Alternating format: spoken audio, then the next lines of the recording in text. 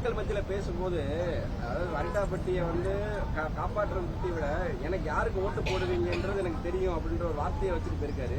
இந்த இடத்துல அரசியல் பேசுனது எப்படி பாக்குறீங்க?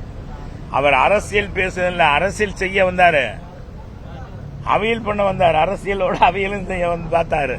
இந்த ஓட்டை வந்து மக்களுடைய எதிர்ப்பு அலை. ஒரு மத்திய அரசாங்கம் வந்து இந்த அரிட்டாப்பட்டியில் அமைகிற கனிம வள சுரங்கத்தை ஏல விடுவதாக மத்திய அரசு அறிவிக்கிறது. எங்க பிப்ரவரி மாதம் அறிவிக்கிறது. இந்த மாநிலத்தில் முதலமைச்சர் இன்னைக்கு இவ்வளவு வீரவசமாக பேசுறவர் போய் அதை அதுக்கான வழியை தடுத்தாரா? வரக்கூடாது, இந்த அரிட்டாப்பட்டியில் அமையக்கூடாது அப்படின்னு கேட்டாரா? எல்லாம் என்ஓசி எல்லாம் கொடுத்து அந்த மத்திய அரசு வந்து ஏல விட்டு 10 மாசம் கழிச்சு எடப்பாடியார் வந்து என்னன்னா அதை சட்டமன்றத்தை வலுவாக எதிர்க்கிறார். அந்த மக்கள் எதிர்க்கிறாங்க. யாரு? அரிட்டாப்பட்டியில் மக்கள் எதிர்க்கிறாங்க. எதிர்த்து போராட்டம் ஆர்ப்பாட்டம் நடந்த பிறகுதான் அதற்கு அவர் வந்து என்ன செய்யறாரு, அப்புறமேல் தான் சட்டமன்றத்தில் என்ன சொல்றாரு, நான் முதலமைச்சராக இருக்கேன், அது வரைக்கும் என்ன செஞ்சீங்க அப்படின்னு தான் எங்க பொதுச் செயலாளர் கேட்டார். ஆக முழுக்க முழுக்க இன்னைக்கு மத்திய அரசு அந்த திட்டத்தை ரத்து பண்ணியிருக்குன்னா அதுக்கு முழுக்க முழுக்க காரணம் எடப்பாடியார். இன்னைக்கு ஒரு சின்ன ஒரு தகவல் என்னன்னா ஊடகத்தில் வந்துகிட்டு இருக்கு.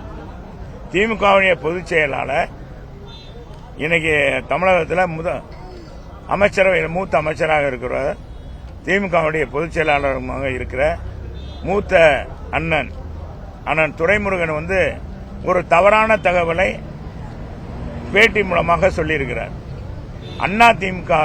அதிமுகவை இறுதி காலத்தில் திமுகவுடன் இணைப்பதற்கு எம்ஜிஆர் முடிவெடுத்தார், இதுக்கு பட்நாயக் வந்து முயற்சி பண்ணார்னு சொல்றார். இது முழு பூசணிக்காக சோத்துவில் அமைக்கிற மாதிரி, அந்த மாதிரி சம்பவமே நடக்கல. இது என்ன ஒரு சம்பவம்னா, இதுக்கு முன்னால அது கட்சி ஆரம்பிக்கும் போது இங்க பெரிய எழுச்சி ஏற்பட்ட பிறகு அந்த நேரத்தில் இருந்த முன்னாள் திமுக நிர்வாகிகள் எல்லாம் சொல்லி கலைஞர்கிட்ட சொல்லி தலைவர்கிட்ட பேசி அது நடந்தது. அவருடைய வேற அப்ப வந்து கட்சி ஆரம்பிக்கும் போது அப்ப கூட பேச்சுவார்த்தை நடந்துட்டு இருக்கும் போதே முஷரிஃபை வந்து அடிச்சு விட்டாங்க. எம்ஜிஆர் மன்ற அகில உலக எம்ஜிஆர் மன்றத்துடைய தலைவரை அடித்து ரத்தத்தோடு செந்தி வர்றாரு சத்யா ஸ்டுடியோவுக்கு. அதை பார்த்த உடனே இந்த நீங்க நடுநிலையாக வந்து இந்த இணைப்பு வார்த்தையை பேசாதீங்க, அதிமுக தனித்தீங்கன்னு சொன்னாரு. அதுல இருந்து திமுக ஒரு தீய சக்தி, அது அழிக்கும் வரை ஓய மாட்டோம் ஒழிய மாட்டோம்னு அதான் கொள்கை.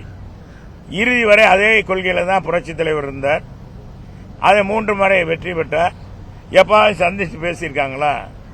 இல்லாத ஒன்றை இருப்பதாக இன்றைக்கு துரைமுருகன் சொன்னது வன்மையாக அண்ணா திராவிட முன்னேற்ற கழகம் நான் எம்ஜிஆர் மன்ற பக்தன் என்ற முறையில், எம்ஜிஆருடைய பக்தன் என்ற முறையில் நான் சொல்லிக்கொள்ள கடமைப்பட்டிருக்கிறேன். செய்திகளை உடனுக்குடனும் துல்லியமாகவும் தெரிந்து கொள்ள சப்ஸ்கிரைப் பண்ணுங்க.